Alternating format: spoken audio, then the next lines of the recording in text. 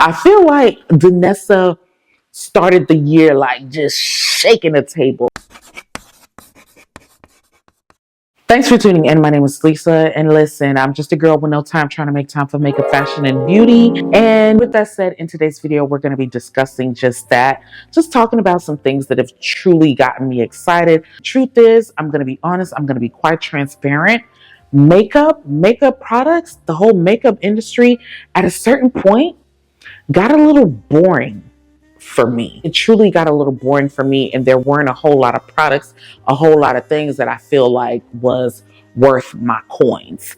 Honestly, I feel like I started really trying to master makeup at like really late in the game for me. I was probably roughly about 35, and by the time I started mastering makeup, child, I had entered another era of my life. Like, I'm in the mature skin era. I'm looking for products that don't settle into like my fine lines, products that play nice to the texture that's underneath my eyes. And like, child, a lot of the makeup, a lot of the products really didn't, they weren't nice to me. You know, they were like mean girling me.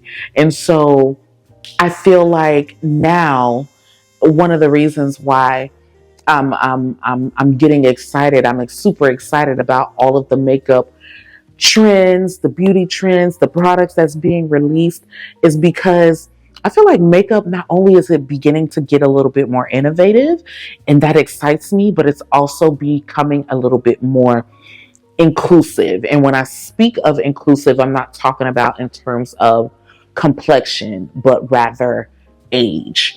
And so they're including products that keep, you know, us mature women in mind. Us, am I a millennial?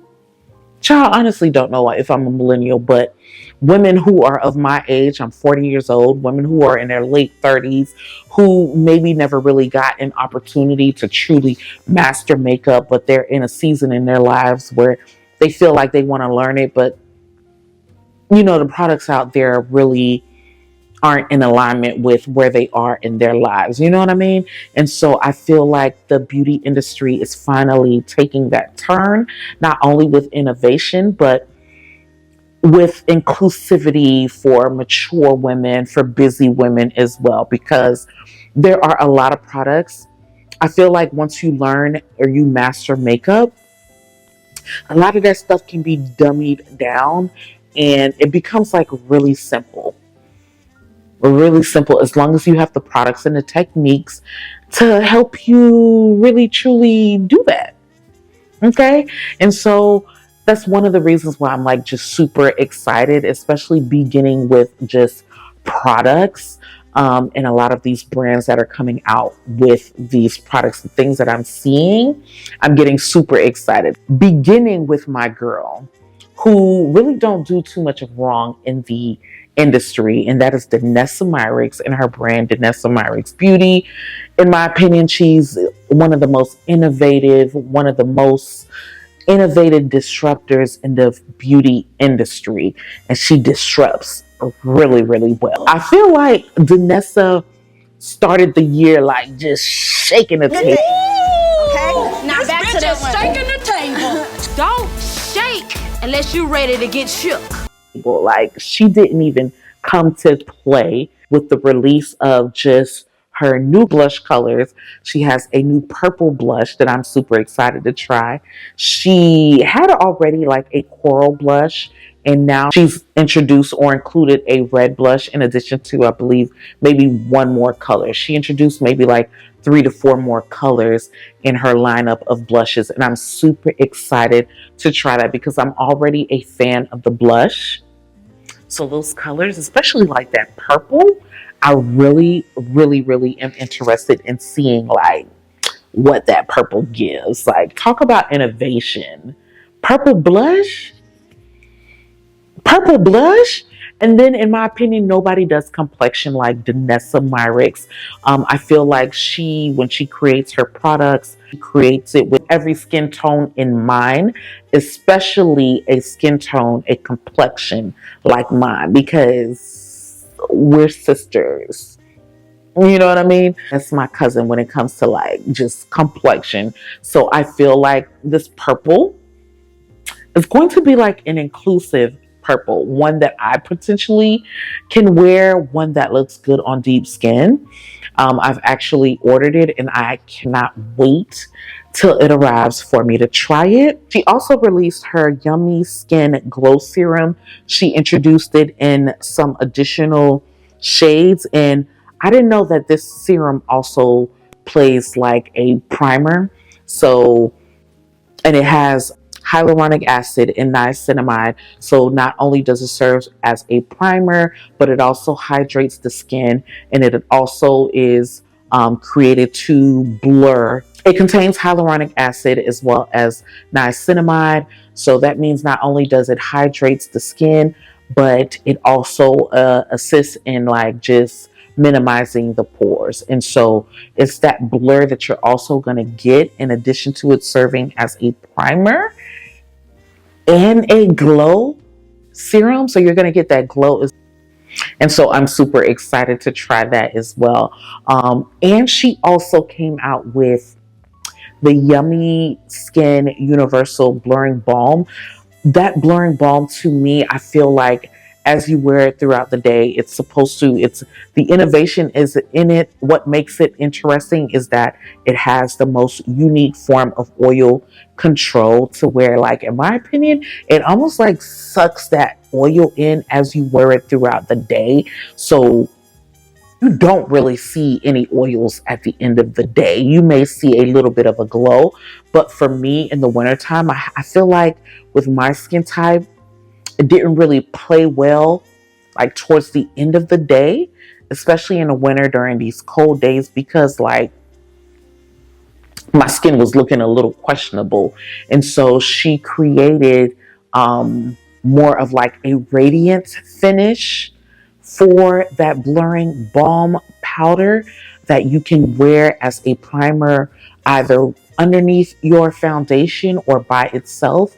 And because I feel like I'm in the season of just having a more radiant skin, radiant glow, really truly like a dewy, more like satin finish, I think that is going to be the blurring balm that's going to be most suitable for me, that I'm going to actually fall in love with. So I ordered it, and I actually cannot wait to try it.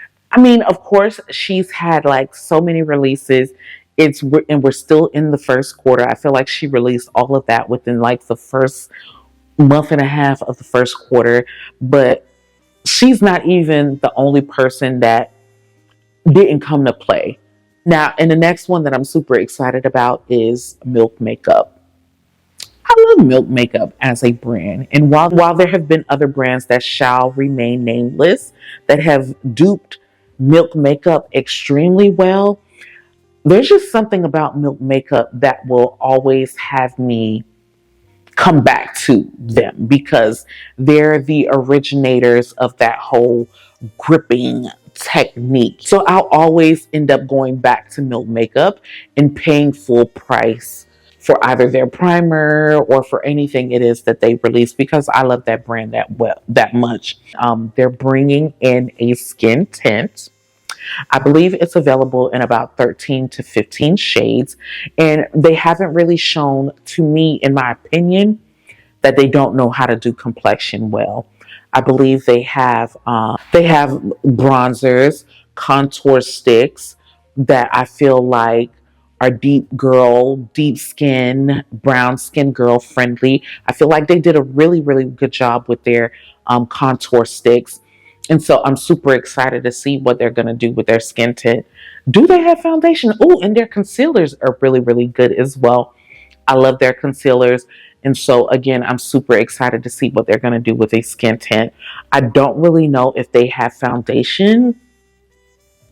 I feel like they don't, but I could potentially be wrong. And so with them releasing a skin tint that comes in about like 13 to 15 different shades, it's the springtime, it's skin tint season. So, I mean, I'm not a skin tint girly, but I can only imagine that the skin tint girlies are about to have a blast. And I've leaned more into skin tints as well. So I'm super excited to see what this one will give. I'm particularly excited because I'm a fan of the whole gripping technique. And what I've noticed with the skin tints that I've used is that There tends to be more transfer than a lot of my other foundations that I use. And so with it being that type of transfer and it having a gripping technique, let's see if it can keep the transfer to a minimum because it has the whole gripping technique in it. Of course, it still says to use it with the primer, but I don't know. I just want to see if it has as much transfer as some of the other like skin tints that I've used and I've come to love. Say, is it Saie? I don't know. I think it's Saie. But blushes, believe it or not, in my opinion, I feel like powder blushes were always big for me. For a very long time, everybody have been into their liquid blushes, but I can never put down my powder blushes. But believe it or not, powder blushes are slowly making a comeback, especially when it's done correctly. When it's done with the finish that is super like pigmented and smooth, the kind of finish that like melts into the skin. And they have like a sun melt bronzer blush thingy that I love, and the ones that I saw online look super beautiful. The colors look hella pigmented. It looks like as you apply them, they're gonna melt into the brush and then transfer over and melt into your skin. And so I'm super excited because I feel like they do blush really well too. So see, maybe I'll just buy one. I think I'll just buy one. Satin skin. Let's go into the trends. Things that I'm seeing, that makeup trends that are going to be hot and popping that I'm super excited to see in 2025. The first is satin skin. And while I thought ultra matte looks, that whole makeup look was truly going to make a comeback, I think it may be taking a back seat for now because honestly, in my opinion, if dewy was very popular for the whole clean girl makeup look. Dewy skin was very popular for a very long time, all through 2024, probably even 2023 as well. But even that is taking a back seat. And child, dewy and matte, they're getting together, and child, it's all about the satin skin, which I can get with because not always do I want to be a dewy girl. So we're going to be seeing a whole lot of like just satin skin or skin, for the spring. Also, simple eyeshadow looks. And this idea resonates with me. This trend resonates with me so much. I've never been the kind of girl to do too much when it comes to just my whole eyeshadow looks. I've never been a cut crease girl. And in my personal opinion, child, don't come for me in the comments, but cut creasing has been dead for a very long time. Maybe for me. And it could be potentially because I never really tried to learn it. But child, we ain't cut creasing no more. I love the artistry, but it can be truly intimidating for a woman, an older woman, a more mature woman, seasoned woman who is looking to really indulge and learn makeup, particularly like mastering eyeshadow. Seeing all of that, like... I love to see the artistry, don't get me wrong. It's just something that I've never mastered, and I feel like child, we just be doing too much. I got things to do, places to go, and I just have a fond love and appreciation for a quick eyeshadow look. And so those quick, simple one across the eyes, those liquid paints, maybe with warming it up with a little bronzer. We're going to be seeing like a whole lot of that come spring, summer. Red. Not only is red a color that we're going to be seeing, it's one of the colors for fashion come spring, summer. So not only will we be seeing that color in fashion, but we'll be seeing that color in makeup as well. Child, red lips, red nails, is really becoming a thing for the girls. And honestly, for a deep skinned girl like me who shied away from just a red lip, red lipstick, even red nails, like it took a whole lot for me to do this. a whole lot for me to do this. So for me to be that type of girl that shied away from that type of stuff for a very long time, I'm super excited to see it do its thing in the spring and the summer. The right red for your skin tone, for your complexion, is such a beautiful, powerful statement, compliment getting color. Those, in my opinion, are like some of the top things, some of the top trends, beauty products that I'm looking forward to seeing. Another trend is just cool tone makeup, a very retro grunge 80s makeup. You also have like just a pop of sparkle type of makeup, but I definitely wanted to include the makeup that I feel like is in alignment with the era, with the season that I'm in, with me just turning 40 and me realizing the type of like makeup style or makeup contrast that I should be in. Those are the ones that I'm truly looking forward to and that I'm super excited about. So those are the main ones that I wanted to talk about and include in this video. But there are some other ones, just as like berry lips. Berry lips, I'm actually looking forward to seeing. There was a color by MAC I used to wear that I feel like was super berry. What was that color? I can't remember what that color was, but oh, was that heroin?